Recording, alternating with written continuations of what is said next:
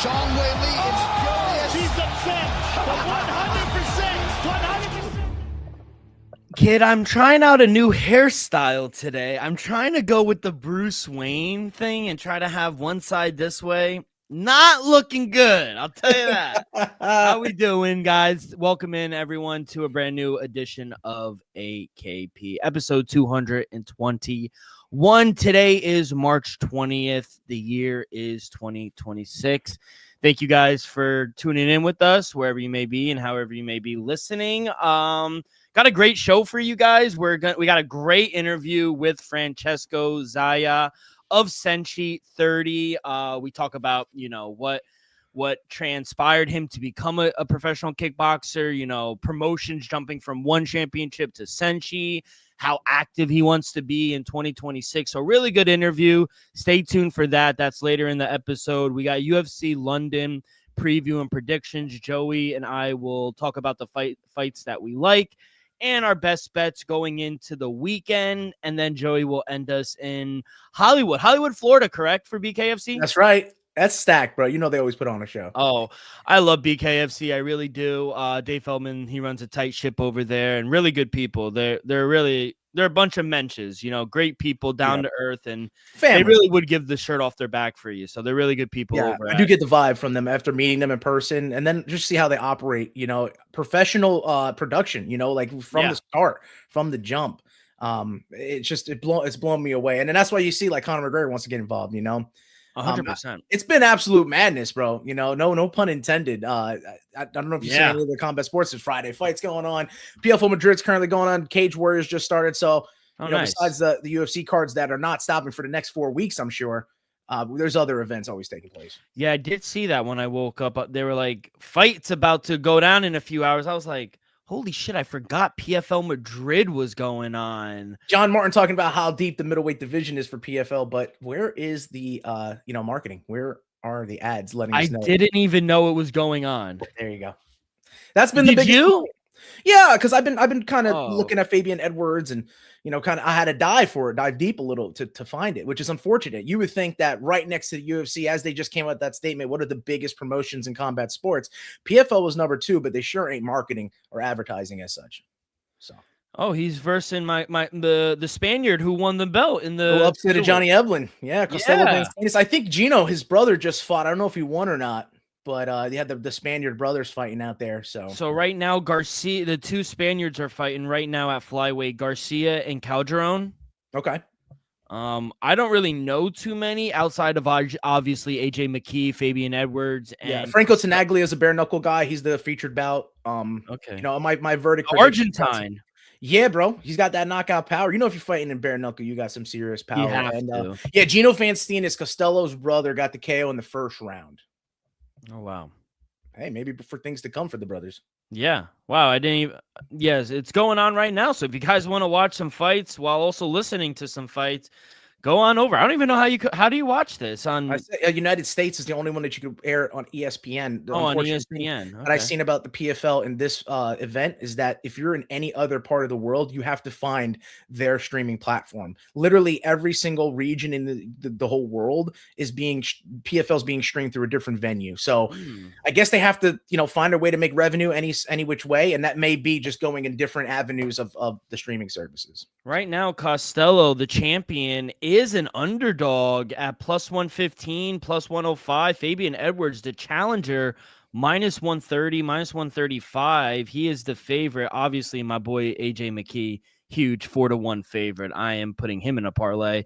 And do you have any bets? I'm about to put some action in right now. I'm trying to. I don't know how late these props get dropped. It's so I'm trying to look. I don't know about props, but like the Tenaglia knockout prop, if that's out there, if that's going to drop. What'd you say? The Tenaglia, who I mentioned from bare knuckle to be in the featured bout for PFL today in Madrid. Tenaglia. Franco Tenaglia. Victory. Tenaglia by KO TKO minus 115. I should put that. Yeah, because I think it's indicating that it should happen, right? And it's a safe bet. I have it in the first round, but you play it just anytime KO TKO can happen in any round for you. You still hit a minus 115 bet. Me, honestly, Mitch McKee, squeeze it down. Probably got to go via sub. I think Adam Borks is keen to stay standing. But McKee, he's wrestler first. Even though he's got those knockouts on his under his belt, I think he's going to go path of least resistance. You get the dude in a guillotine, get Adam Borg, submit him. So McKee submission. Then in the main event, Franco Tenagli, I put TKO via KO TKO at -115. I got action right there. That's sweet. Okay, I love the live action, bro. Yeah, I feel comfortable with that. I do actually. And then AJ McKee, fight go the distance at -110. I would jump on the submission. So I would maybe real quick, I wouldn't know about submission is +280, +155, which is the favorite, is AJ McKee by points. But if I do double chance inside the distance, it's not the favorite. It's either KO, TKO, or by points. Or should I do submission or points?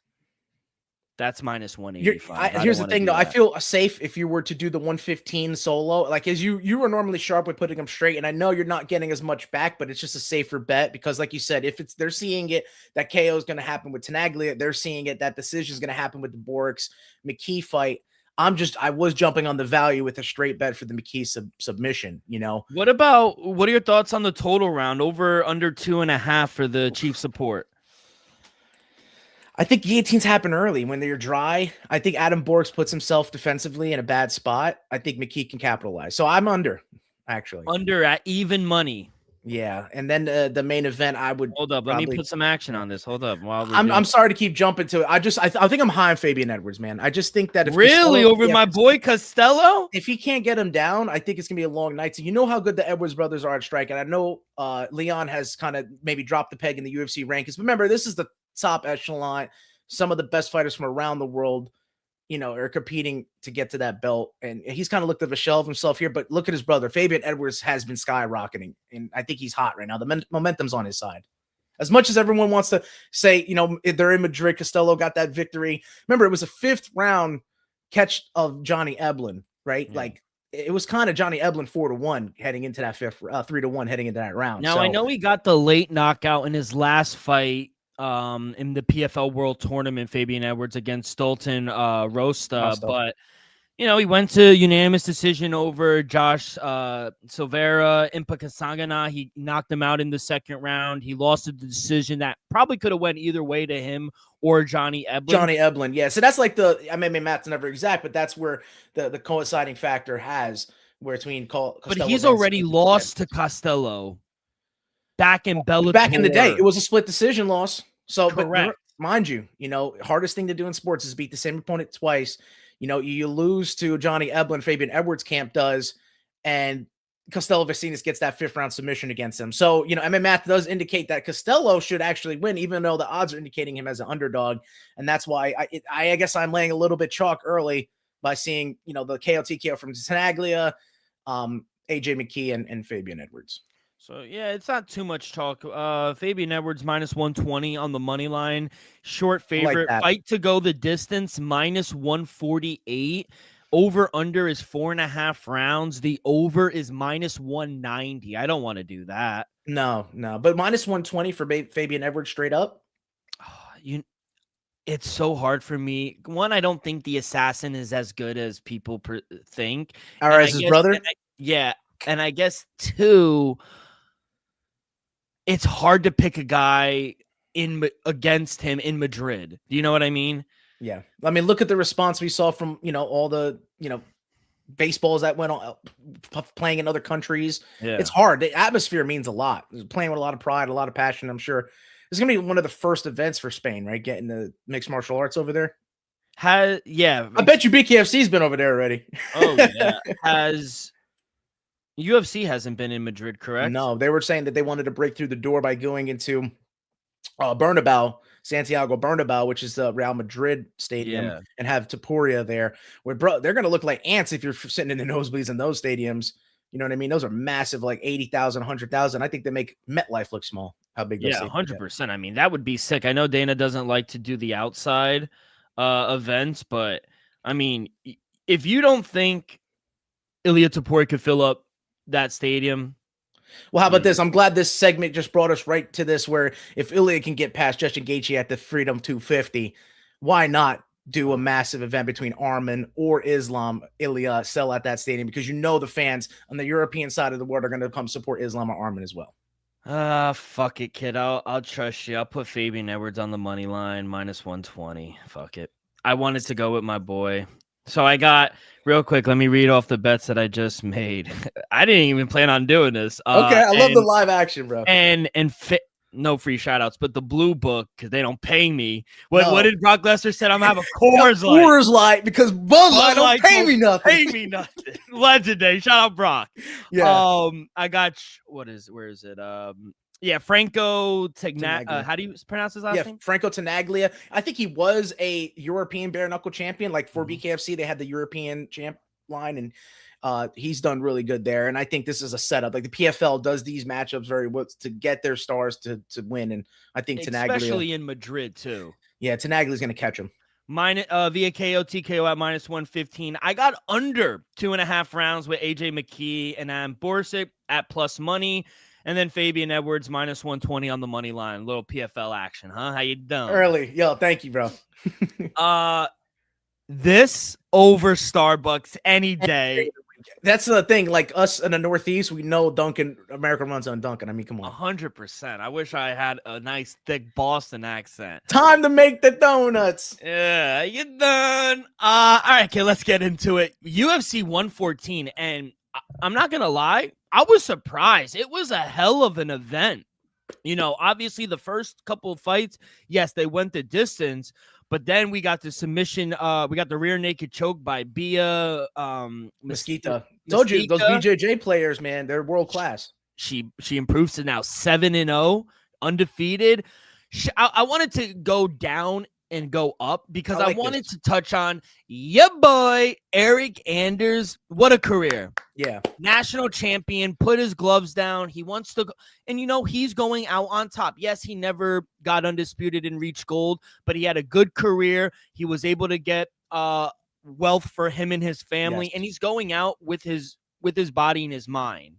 That's right. That's the key thing. Not a lot of us, we talk about it time and time again, have the opportunity to go out on their terms.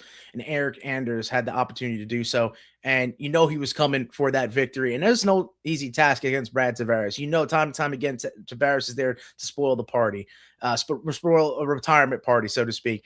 But man, it was all about Eric Anders, and shout out him, honestly, man. We've been following your boy for a minute, even since, like you said, Alabama time when they won the national championship. You'll never be able to take that away. At the end of the day, he will be a champion forever. And always. And he'll always be your boy, because I'm sure we'll be able to catch him at events. I would love to get a chance to talk to Eric. I mean, he's a world-class guy, and also life after mixed martial arts and fighting and football or whatever you do, because at the end of the day, this is real life, and there are things outside of these games and these sports that we like to play together. Yeah, 100%. I'm very happy. You know, I've only watched the UFC for 6 years, but I am a fan of Eric. He's a real professional, and, you know, I'm happy he's going out on top with his health, his mind. He's happy. He's going to go be a family man. So one day we will talk to your boy, Eric Anders. Yeah, we might buy a house from bro. Yeah, hopefully. And then after that, I thought there were just bangers after bangers. I know Manuel Sosa knocked him out. Manu Mito, we've been following him since, you know, like I think Risen, PFL. Yeah. I mean, he's been around the block.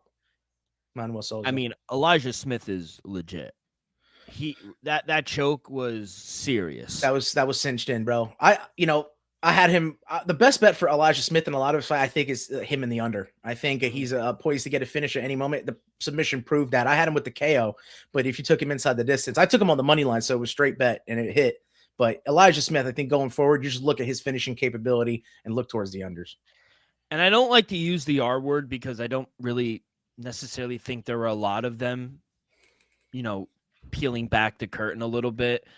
But I thought Steven Asplund won the fight, truly. And I'm not just saying that because I had money on the guy. Plus 3.5 cash, though. I had him at the third round KO TKO. He lost the third round. You're like, yes, but he won the first two. He won the first two. And that's why we don't like throwing the R word around. But at the end of the day, I think Steven Asplund won that fight. He did enough to win it. He didn't lose it. I thought Dom made a good point, and I see why they gave it to Vitor Petrino. The judges are indicated, and I think they are instructed to judge on damage. He was bloodied up, man. He was. And I think that's what ultimately lost him the fight, unfortunately, because he dropped Vitor Petrino in the end of the first, early in the second. And I was like, and maybe he used a little too much of that gas tank. Yeah, to try to push it, get him out of there. Well, I thought he had a shot, but Petrino, I think his move to heavyweight, looking at him, was great because you see him sucking down to 205. His chin was susceptible as much as his gas tank, but Yeah. now he seems to have that health.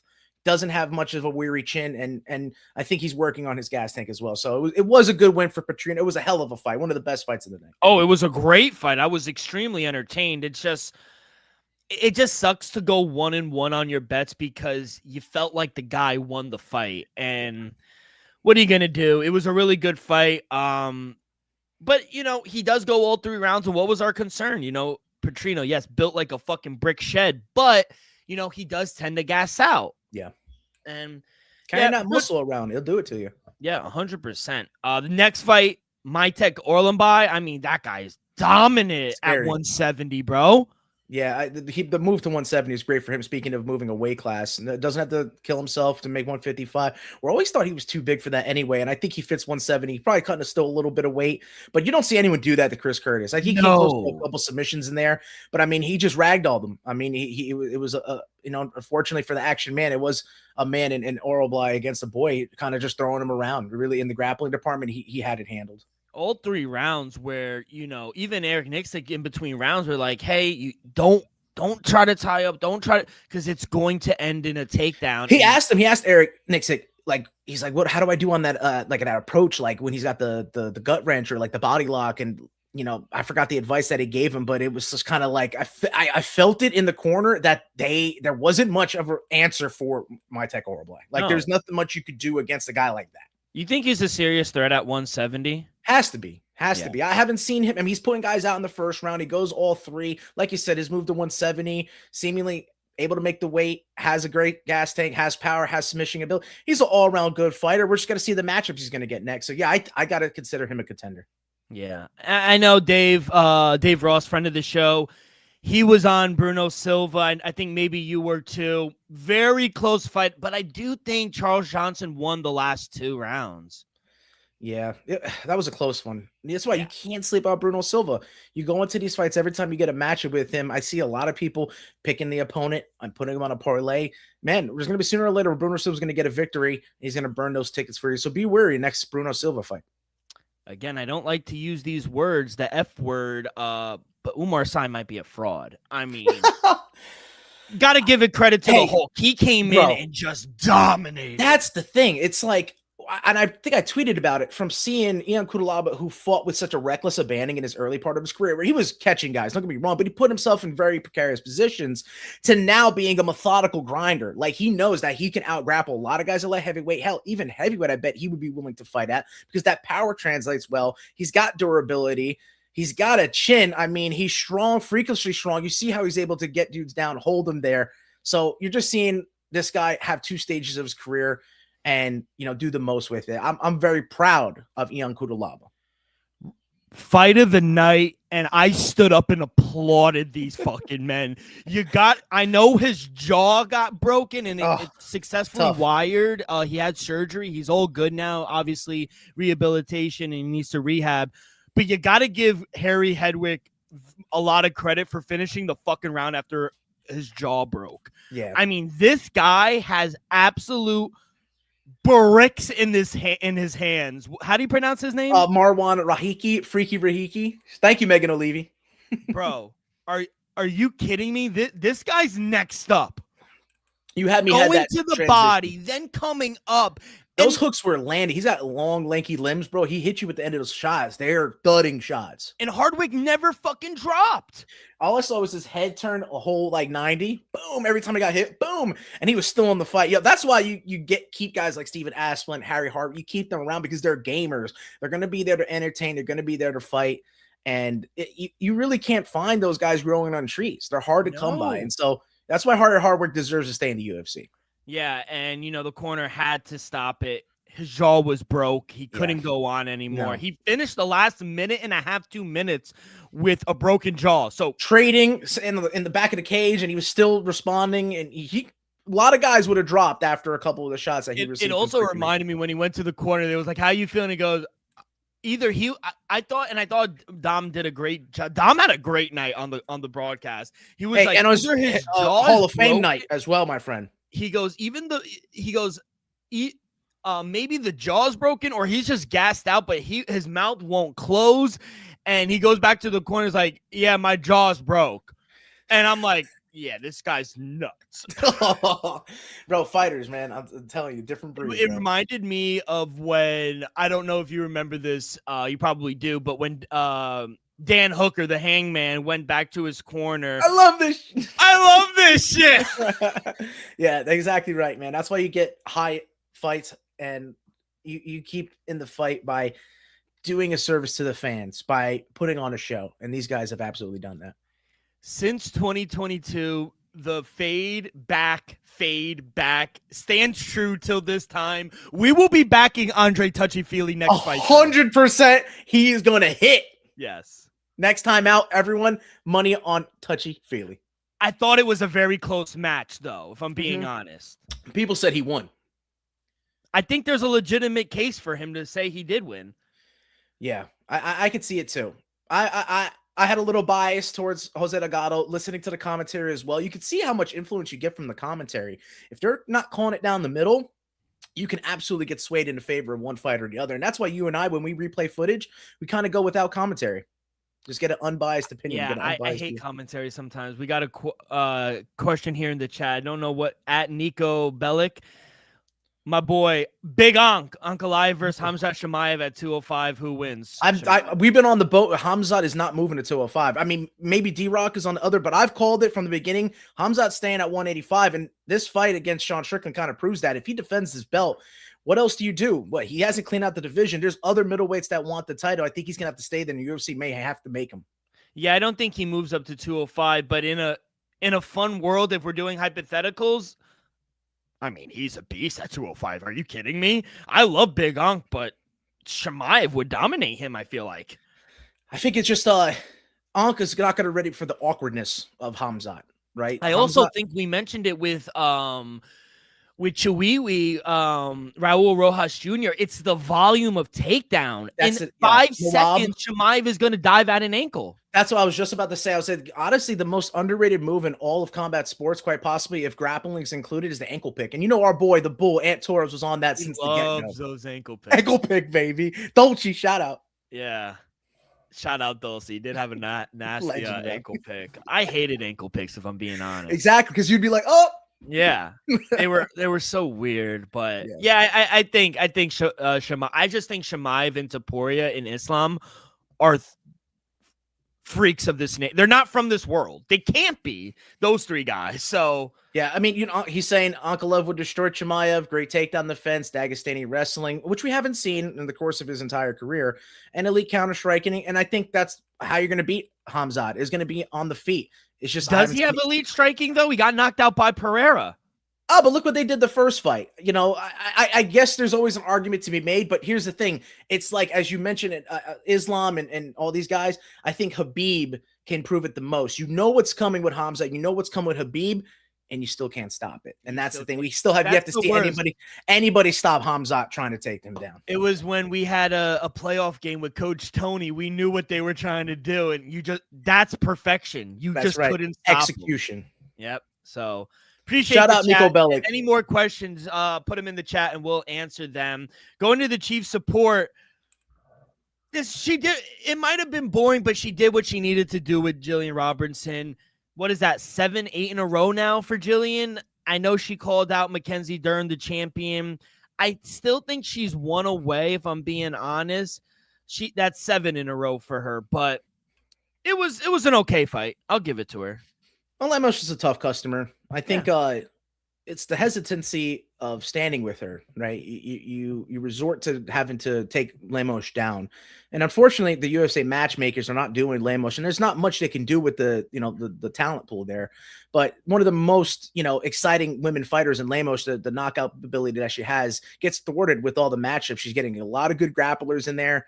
And like you said, Jillian Robinson did what she needed to do. In my opinion, I think she's ready for a title. And now, like you said, maybe she needs one more, but I don't know. I think you need these type of stars in the women's weight class. And I feel like, as you're doing with maybe guys who deserve it more in the men's side of things, she's deserving. She's ready. You can have her waiting in the wings for a title, challenge. And you have another star there. So why just burn the star if you're going to get her a crazy matchup against a high level competitor? I feel like she could win too. That grappling is next level. Yeah, no, I agree. And to your point, I don't really think they've been giving Amanda Lemos the best of the best. They have given her the best, so they haven't been giving her favorable matchups. Jillian Robertson, Tatiana Suarez, Verna Jandaroba, Mackenzie Dern, Zhai Wang Lee, Marina Rodriguez, Jessica Andrade that she lost. She got submitted there. So, yeah, some tough fights for Amanda Lemos, but we'll see what happens with her. And then in the main event, I mean, this kid is for real, man. The Argentine, I mean, wow, getting a first-round knockout to Josh Emmett.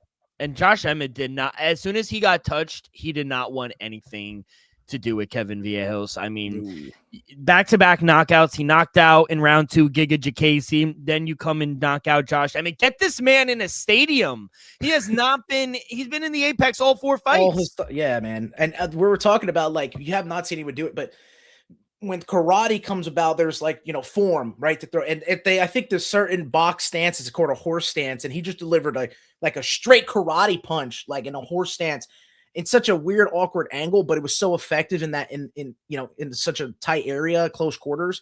It landed with such ferocity. I mean, Kevin Vallejos, the Argentine, is so legit, bro. Who does that to Josh Emmett? Ilya Taporia didn't. So I mean, you got to say a lot to Kevin Vallejos. Yeah, but that was it. Obviously, he gets the performance of the night, a performance bonus, the fight of the night we talked about. Another fight bonus performance did go to Manuel Sosa as well. So shout out all the performance bonus. But honestly, even for an Apex card, it was very entertaining. Yes, it was. And roll the clock back to the chief support, as you mentioned. The matchup I'm seeing here that quite possibly can good, if you get your wish, one more fight for Jillian Robertson, Verna Jandaroba. They haven't fought before. She's coming off a title challenge. Maybe if you want to get her one more fight, that's the fight you make. I love it. Attaboy. Yeah. Hunter, give Joey a call. Let's do it. By the way, 10 seconds left. How did we do this weekend? Oh, we hit, man. I'm pretty sure. Let me go back. No, we were doing good. Bart Nosinski, baby. KSW. But we have been on top of KSW. Matos Fleminus at 39 years of age has always put on a good fight. But yeah, Adrian Bart Nosinski, it's hard to fade that dude who's a multi-weight champion. So we hit there in 10 seconds. Attaboy. So overall, really good weekend here at Axe Kick Picks. By the way, before we get to our interview with Francesca Zaya, quick word from our sponsor. We're brought to you each and every episode by Axe Kick. Viva Tequila Seltzer, the most refreshing hard seltzer on the market, hands down. It is no wonder why Viva was voted #1 hard seltzer in the world by San Francisco World Spirit Competition. With only 88 calories, 0 carbs, 0 sugar, and a light 4.5 ABV, Viva is the perfect drink for your post-game celebration, as it was created with that active lifestyle in mind. We flavor tequila seltzer because flavor is the spice of life, and we like our drinks with just a kick, just like how we like our lives, whether it's Huckleberry playing around a golf with the boys or an elderberry watching UFC London. It doesn't matter. Our favorites pair perfectly with that Artisanal Blanco tequila for that subtle and refreshing drink. Our belief here at Axe Kick Picks and at Viva is to live long, live well, and live it up. And now here is our interview with Francesco Zaya. All right, great interview with Francesco Zaya. Thank you to his translator, Mikro, as well, for hopping on and doing the little language barrier. But it was cool, being Albanian, going through Italy, training in the Netherlands as well, really trying to be a nomad and just try to gain all the information that he can. It's really, really good, and the mindset he talked about as well. His last fight before Senshi, he lost. So really having to dig deep and getting that win, and his last 5 fights all never went to the judges' scorecard. So it was nice to go all 3 rounds and, build his cardio. So, it was good. And I kind of not pressed him, but I was talking to him about like he wants to return in December. But I said, hey, that's about 9 months away. You want to get something in before that? So he was thinking so we'll see. But regardless, one of many fighters who we're going to try to get on here at Axe Kick Picks from Senshi and the kickboxing world. Kid, I love the kickboxing world. I think it's fantastic, bro. Yeah. Look at how big it's gotten. Rico Verhoeven is challenging Usyk for the world heavyweight title of the world in boxing. These kickboxers are talented, bro. Yeah, it's going to be in front of the pyramids. Like, that's going to be one of the biggest events. And we're talking about the White House card. Man, I hate to say it, that might be bigger. Like, in front of the pyramids, the That's Egyptian gods. insane, bro. That's crazy, bro. But yeah, I mean, kudos to Francesco Zaha. I mean, the willingness to branch out. I mean, he's competed at one. They're great when it comes to Muay Thai and kickboxing stuff like that. But he gave us his honest opinion, and if you guys want to tune into that, I would advise to do so, just so you get the the view of what the fighters are seeing for themselves, not only from the what is it, like the commentators, the analysts, the guys who are hired and work for the company in a sense. So. Yeah, I mean, we had I'm gonna try to get Semi Schilt. I mean, he's a legend as well. Yeah. Maybe Ernesto as well. It'd be great to get those legends on, just to kind of break them into the new school, right? So that they can, show the new kids on the block their world and how it was back in the day. Because I mean, when they started it all, we wouldn't have mixed martial combat sports here today if it wasn't for those pioneers. So we got to hear their story. And people who love Pereira, where did he come from? Kickboxing. Yeah. Yep. Israel Adesanya, kickboxing. Like a lot of these guys that we look up to are from kickboxing. And I was talking when I was over in I don't know why I always want to say Belgium, but Bulgaria. They were saying that it's not as big because how kickboxing kind of started and predominantly huge in the Netherlands. It's not as big as it once was. And everyone's like moving away from the Netherlands. One, because prices are extremely high to live there, they were saying, but it's actually being adopted by other European sports, and people are forgetting that it actually is originated from the Netherlands. Dutch kickboxing. We just had remembrance of Ramon Dekkers. And maybe if you had this in news or anything like that, we just had the passing of Chuck Norris, talking about pioneers and some of the guys who started it all. Rest in peace to an absolute legend in Chuck Norris. I mean, he lived such a full life, and so sad. I got the news on my way home. I was like, oh my God. But yeah, that's terrible. RP. I mean, he was a world champion. Oh man, he's learned it all with Judo Gene and Kenny the Jet Eucrates, all these, like how he learned kickboxing through the karate. And I mean, he was willing to grapple. I mean, Bruce Lee, like these guys showed the way, and it led into guys like Semi Schill and Ernesto Hus, and then it's leading to guys like Alex Pereira, and then it's leading into newcomers like Kevin Vallejos, who we just talked about. So exactly, it comes full circle here at AKP. Attaboy, kid. Let's get into it. UFC London, early start time. Prelim start at 1 p.m. Main card 4 p.m. Just an hour before. I love it. I do want to talk real quick about the whole Melissa Mullins and Luana Carolina incident. I mean, that was crazy. I mean, you had one girl who was literally in tears making weight at 135, and then the other one comes in with no remorse, and she's like 7-8 pounds over. And obviously the fight has been canceled, but cut her. Any thoughts on that? I feel awful for Melissa Mullins. That's the thing. It's like unprofessionalism. You miss weight in multiple weight classes at this point, and I think the slack has been given to these fighters where it shouldn't have been. It's proven that Luana Karen, with her finishes of the previous fights in the lower weight class and here at bantamweight, that she's been just a weight bully, and she can't make the weight at 135. You have your opponent killing herself to make, and you saw the emotional response to doing all that, and now having your fighter not care and the fight get canceled because she's not cleared, not even close to making weight. So it's an embarrassment for Luana Carolina. Let's see what the UFC does for that. In my opinion, I think you make a precedent with these guys missing weight and making a joke of the sport, eye pokes and all. I think you start docking purses or start cutting them. So, yeah, I would agree. I mean, don't they sign contracts, Joe? Like, if you and I agree to fight at 170, I'm taking you for your word. You are going to make 170. It's a breach of contract. It has to be. It's like fighting somewhere else in a sense. You're not fighting at the agreed weight. It's actually like a slap in the face. And I know sometimes when this happens and it's as egregious as this case, the UFC does well, and they would usually pay Melissa Mullins like her show and win. So hopefully they'll take care of her. Hopefully they do take care of her, because it's unhealthy as well. Like, you saw the sacrifice and the will she did to make weight, and now she doesn't get to fight. She probably spent a lot of money for this training camp. You got to pay her. And hopefully, the thing is that now maybe looking at it, she might not want to take a fight for a while, but she may be approached with one. And is it in her best interest to take it? Probably not. To cut all that weight again. Exactly. Yeah. So it puts a damper in her career. So It's unfortunate. I did want to touch on that real quick, but we are still going to start with the women, but at 115. Kid, I will let you know when I want to jump in. All right, let's do it, man. Chanel Dyer is favored here, minus 425 against Ravina Oliveira, plus 400. I like the under. You know, honestly, talking about the fight that got canceled, I was looking at the under in the women's, and I know it's a surprise. A lot of women's fights go to the judges, but Mullins is a finisher. Carolina, like I said, as much as a weight bully she's been, she's gotten finishes.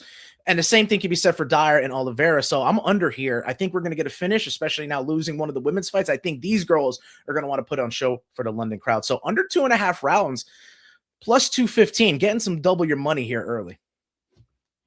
I'll go into the next fight. 155, you have lightweights Shamrock at plus 110, and Abdul Karim Al Sawadi at minus 120. I kind of don't understand how Al Sawadi is a favorite here. I know it's slight favorite, and maybe Shamrock hasn't proved himself in the UFC, but I think the ceiling is a lot higher. So I got to go with the potential of Shamrock doing everything he did to get into the UFC, finally breaking through. And you know, a lot of the newcomers don't do well under the limelight of the UFC. When you first get an octagon, there's a lot of jitters, and you're fighting the highest level of competition. So maybe the first fight was just a little, hiccup, and he gets a win. So yeah, I'm going to take the dog price with Shamrock here at plus 110. And hell, I'll even put him as a parlay piece for a dog parlay I have with someone else on the card. So another interesting one here is a heavyweight matchup. I mean, Louis Southern, we saw him last time, I get absolutely heel hooked by Walter Walker. So I don't think it's going to be as quick as that. Brando Perchit, he's fighting out of City Kickboxing out in New Zealand. So he's got a good team around him, and I think the odds are indicating with the fights you've seen to him to be a favorite. Minus 245 for Perchich against Sutherland's plus 230. I am on the Perchich train here. I didn't like Sutherland. The legs seem to be a little small for the heavyweight division. I think Brando Perchich, you just saw him in that it was that gimmicky type of thing where they say, hey, try to lift up the equipment, right? And what they immediately do is you stand on it, right? But really all you have to do is stand off of it and you could just lift it up, right? But the joke is like you're standing your own weights on, you won't be able to. Bro broke the chain off of the thing, and everyone was like, oh, Izzy came up to him, dapped him up. So I think dude's freak. I'm going to go with Perchich inside the distance. Minus 165. The odds makers see it the same. Middleweight matchup here. Man, you got to put Montas Kondrativisis as a parlay piece here. What a I got name. him. Yeah. Latvia, no, not Latvia, Lithuanian, I think, like Rose Namajunas right over here. Montes Kondrativisis, minus 570. I'm playing him straight up. I need to learn a little bit more about him, but against an opponent like Antio Tricoli, it's kind of a setup for him to get a win here, unless he just completely, shits the bed. So yeah, Kondrativisis is a parlay piece for me. But moving on, man, I think a lot of people like this guy tricked us last time. Another heavyweight fight. Mario Pinto comes out. I don't know English. And it hits us with the King's English, proper English. He's being a massive favorite, minus 670. Felipe Franco, potential from the Brazilian here, but plus 700. Once again, I'm putting Pinto as a parlay piece with Kondrativisis. So too heavy of a favorite to kind of fade, in my opinion. Wasn't this next guy, wasn't he a champion somewhere? Well, Lucien Keita? Panther? Yeah, Lucien Keita, right? Yeah. Well, he was supposed to fight Pitbull, I think, Patricio Pitbull, and then either he missed weight or something happened. Yeah, I think Keita missed weight. He was an Octagon champion, 10-1.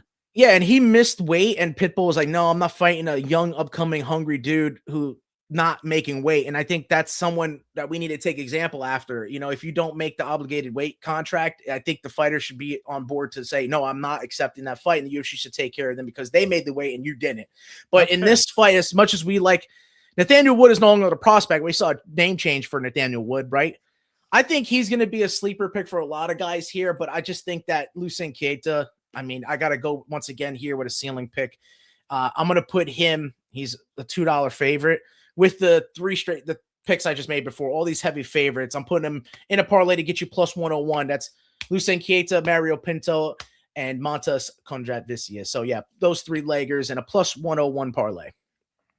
Let's see if they hit. I am very excited about this fight. This next fight here, I think could possibly be fight of the night. I don't think maybe a lot of people know about Axel Sola as much as they've seen Mason Jones as of late, fighting Jeremy Stephens, and then his last fight, recalling who he fought. But Mason Jones has all the talent in the world as a Welshman that he is. But Axel Sola, man, he's been a champion at Aries FC, which is one of the best French promotions in mixed martial arts for, I mean, a better part of 5 years now. And he's still only like 23, 24 years of age. So he's been a champion since he was about 18 years of old. Axel Sola is leading the way for French MMA along with a lot of his, counterparts. And he's a dog at plus 115. So like I said, with me taking Shamrock before, who was a champion in other promotions, going to go with Axel Sola as a part of that two-leg parlay. So I am with the dogs there. If you take Shamrock and you take Axel Sola together, that two-leg parlay pays out plus 351. So juicing up the two dogs on that two-legger. Yeah, Mason Jones has some serious power, bro. I think also on the ground. So like I said, I'm taking a shot with both those guys as they're both odds indicated underdogs. I think they're great fights, but I'm taking a shot with the dogs. But now we've made the main card. And the featherweights that are here on display is Curtis Campbell, the Pink Panther. You saw him getting the pink trunks. He got the pink shorts. I don't know if you saw that, but I'm a little hesitant on the minus 200 favoritism here. I think Danny Silva is very durable, very strong, doesn't get finished. I mean, he's got power. I think he could be live at plus 200, maybe the edge out on the judges or something like that. So I think with the closely contested fight here, not willing to kind of lay it on the line for Curtis Campbell, I'll pick the over 2.5 rounds at minus 165 here. Like I said, Curtis Campbell could surprise us, but so can Danny Silva. And like I said, both of these guys have gone to the judges a lot. I think this is an easy bet to get over 2.5 rounds, minus 165 in this one. Kid, I could jump in for this next one. Yeah, so you got something about CLD and Roma Delici, do you? Yeah, CLD minus 500 for CLD. I say Roma Dunes like it's football season. Hey, Roma Delici plus 385. I even see plus 400. So shop around. But yeah, I think the grappling. I think it's actually Delici who holds the stronger clinch and ground control compared to CLD. But Delici, he scored 11 takedowns, which in his career, it's only around like a 39% accuracy here. Not obviously a dominant path to victory. And CLD defends takedown at a 69%, which is respectable, but it's not a wall, I would say. I think this fight plays out on the feet, and I just think CLD has a clear path of victory on that. But, the issue is, look how high he's priced. It's a 5-1. I see 450. There's just no value there. So if you don't want to put him in a parlay, I like CLD by decision at plus 150. I got it at 165. So shop around. Rome Delici. We're just going to call him that for now on. Yeah, for right now. He hasn't been knocked out in his entire MMA career. He's only been knocked down one time, and the knockout prop sits around plus 130. So I just don't think that's enough value for a guy that's only gotten knocked down one time. The decision price plus 150. I think that's a better reflection on how the fight goes. The over 2.5 rounds minus 130. I think that's a safer way to play the fight, just because I think both fighters are extremely durable. So yeah, I like over 2.5 rounds at minus 130 and CLD by decision at plus 150. Yeah, like I said, I have the CLD by decision here. My only, worry with CLD is look at the opponents that he's fought, mainly getting another striker, opposed from him as compared to Roma Delici, who would like to take you down. So a tough Georgian. These odds, man, indicate that the dogs are barking in 2026. So you might be, pressed to take Roman, but I'm not. Like I said, I'm with the CLD via decision here. He is very talented. I think we can't sleep on how talented he is. If he can defend the takedowns at 70% clip here, I think he's cruising into a decision, a unanimous one at that. So yeah, I'm with CLD because I think a future star here in the middleweight division with his ability to stand on the feet, man. Something special his striking is. So plus 165, I got the decision for CLD. But we'll move on. We'll move on from that exciting fight, and we'll go into, I don't think, a fight that's going to the judges at all. I mean, Austin Lane, it's kind of knockout or bust for him. I haven't seen him skillful enough to win on the judges' scorecards, but it's going against Imo Barnashevsky, and Barnashevsky's going to go pedal to the metal. Look what his fight against the Ibo Aslan, the Turk. That was one of the craziest first rounds you've seen in some time, and I just think Imo Barnashevsky, he's going to go for it again. I guess you could take a step back, but with an opponent like Austin Lane, I think you go for it. He's going to give you what you want, and it's just for you to land your shot. So Barnashevsky first round KO, TKO is plus 105, very close to being chalked. as you get a very specific prop. So that's how favored it is. And I just think it's viable to happen. I have it on my verdict as well. Nothing on you for that? I guess we all hate Austin Lane, though. That's the only thing. Yeah, I'm not a big fan of Austin Lane, and I do think what a crazy he got the finish in the first round last time. I was at the BK FC Knucklemania, and I was watching it, and he was at the horn, got the submission. So it was crazy. But yeah, I do think the Polish fighter should win this fight, and he's a minus 600, maybe inside the distance, maybe fight not to go the distance, but. Yeah, maybe another parlay piece here, though. But yeah, I don't know. The Polish fighters they're tough on the ground. They're tough to stay keeping on the ground. I think Austin Lane, for him to be viable, he would have to pull like a Robelis to Spain performance, don't you think? Like kind of have to just dive for the ankle or something. But I just don't see him capable enough. I think Barnaszewski is going to be ready for it. Whatever happened to him? Robelis? Yeah, was he? He's a karate combat world champion. Remember, he just beat our boy. He beat Sam. Smiling Sam Alvey. Rest in peace. No. Let's go to this. Speaking about rest in peace, I mean, Michael Venom Page, man, when is he going to be put to bed? I'll be honest with you. Minus 175, the odds indicate him as a favorite, but he hasn't found his footing in the UFC at 170. He's only gotten his wins at middleweight here at UFC. So as he's an aging fighter, reaching 40 years of age, he's like 38, going to be 39 soon. But that 10-year gap advantage, you're fighting a Sam Patterson who's just as tall, just as lean, just as good as a striker on the top. And he's got a lot of submission victories, and I think that's an X factor here. The 10 age gap is the biggest thing for me. And so, like I said, when are we going to put MVP to bed here? I think now is the time. Sam Patterson is live for me at plus 165, and I'm taking him on the money line. Yeah, just 9 years younger, 29, 4-1 through 5 fights in the UFC. And I think he's the... Yes, MVP striking is really well. Too much emoting. But it's also, it's not the volume that I want. I think Sam Patterson brings a lot of volume in those exchanges. And I think the grappling also goes to Sam Patterson as well. I mean, MVP has 0 takedowns. If Patterson can make this fight messy, physical, I think that's probably his best pathway to a victory. And plus 160, that's what the number 39% chance of winning.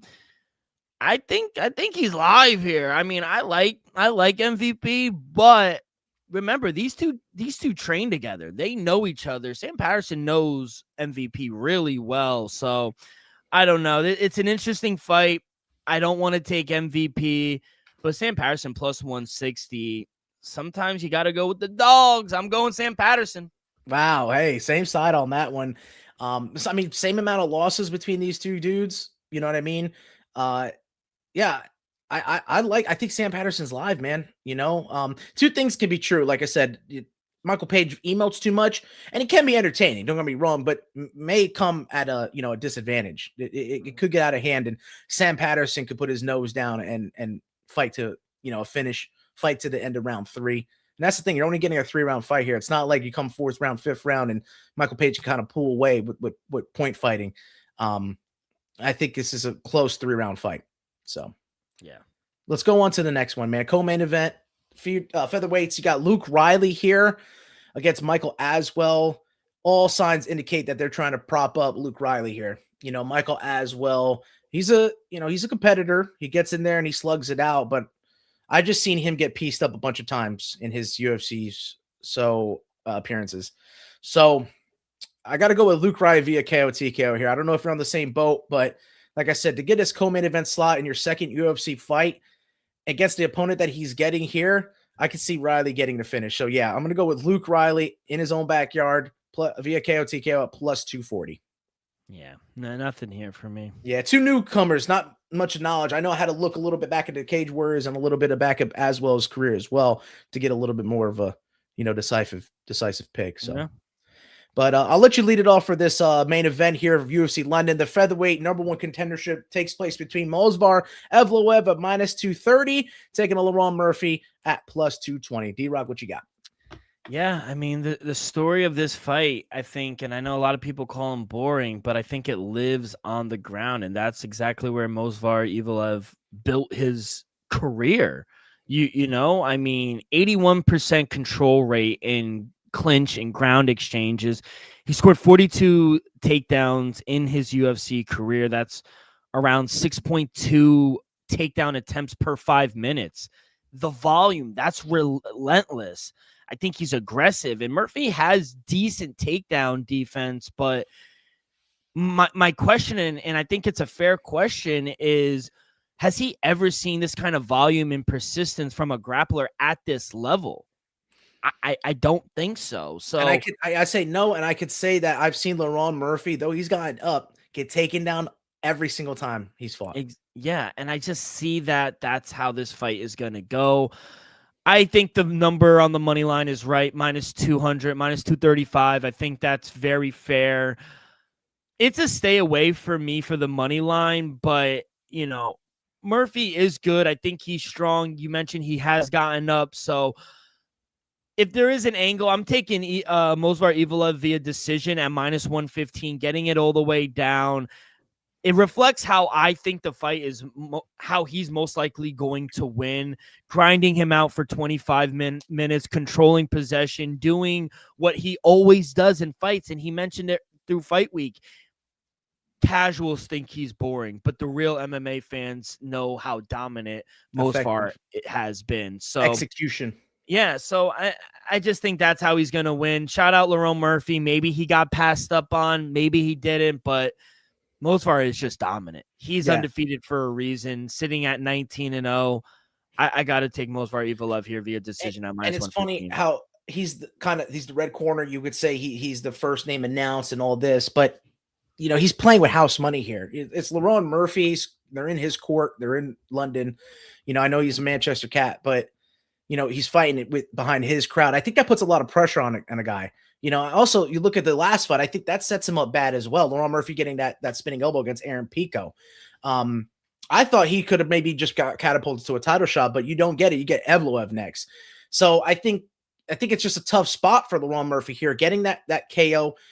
Not to say that he's going to be hunting one, but it's just you come fresh off of that, you know, such a high to kind of feel defeated if you constantly keep getting taken down. And then the crowd gets out of it, right? So after how riled up they are, because if we have some of these underdogs winning, some of them are countrymen, and I feel like the crowd, they get all that emotion and the air just leaves the room.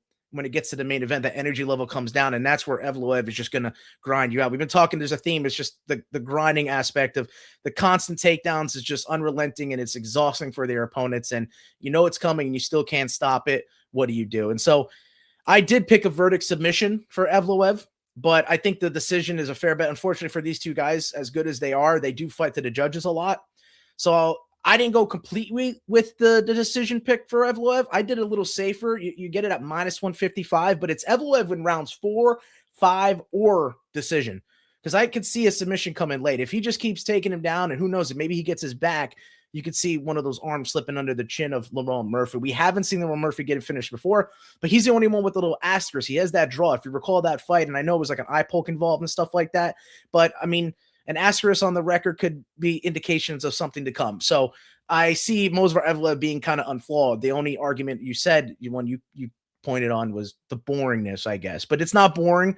We see it coming, and we see how beautiful it is, and yet no one has been able to stop it. So, I don't, for the record, I don't think it's boring. Casuals think it's boring. Yes, he's dominant to me. No, yeah, and you know how good the wrestling is from where we've come from and everything here. I think it's just gonna be too much for Laurent. So yeah, I could see a finish late, but I easily could see the unanimous victory for Evloev after 3 or 4 rounds of constantly being taken down and dominant on the mat. It's bound for him to win a 4-1. If it's a 3-2, this means a little bit closer. But like I said, I am fearful of the submission happening late, and that's why I picked him with the rounds 4 or 5 or by decision at minus 155. Not too bad. I have some minus 160s, minus 165s. Minus 155 isn't too bad at all. All right, I love it. Joe, be sure to set those alarms. Early start time, 1 p.m. here on the East Coast, and main card goes down at 4. So good luck. Should be a really fun fight card over on Paramount Plus. Let's get into some news before we end in Hollywood, Florida. Nate Diaz taking on the king of violence, Mike Perry. It's been added to the Ronda Rousey, Gina Cardero undercard May 16th on Netflix.